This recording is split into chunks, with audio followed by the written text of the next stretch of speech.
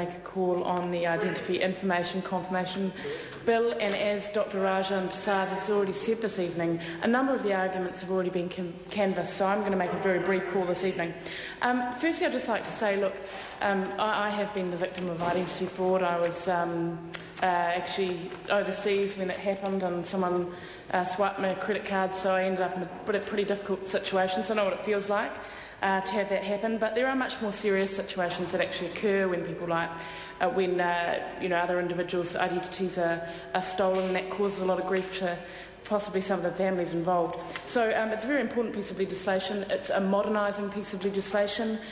We're very clear that this bill is about giving the private sector and other public agencies the ability to better cross-check information, and I think there isn't a speaker in this House that hasn't agreed with that. I just want to touch on a couple of issues that I see the Select Committee are going to have to deal with.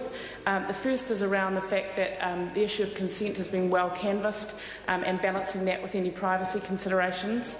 I think the term that will be crucial is around what constitutes identity information.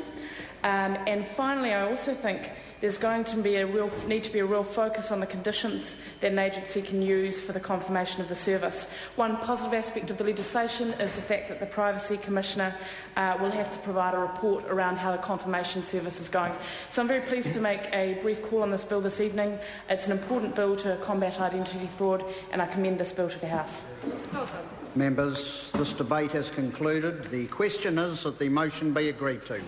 Those of that opinion will say aye. Contrary will say no. The ayes have it. Party vote? I'll ask the clerk for a party vote. New Zealand National. 58 votes in favour. New Zealand Labour. 41 votes in favour. Green Party. 9 against. Act New Zealand. 5 votes in favour. Māori Party. E rima ngā pōti tautoko. Progressive. 1 vote in favour. United Future. 1 vote in favour. Honourable Chris Carter.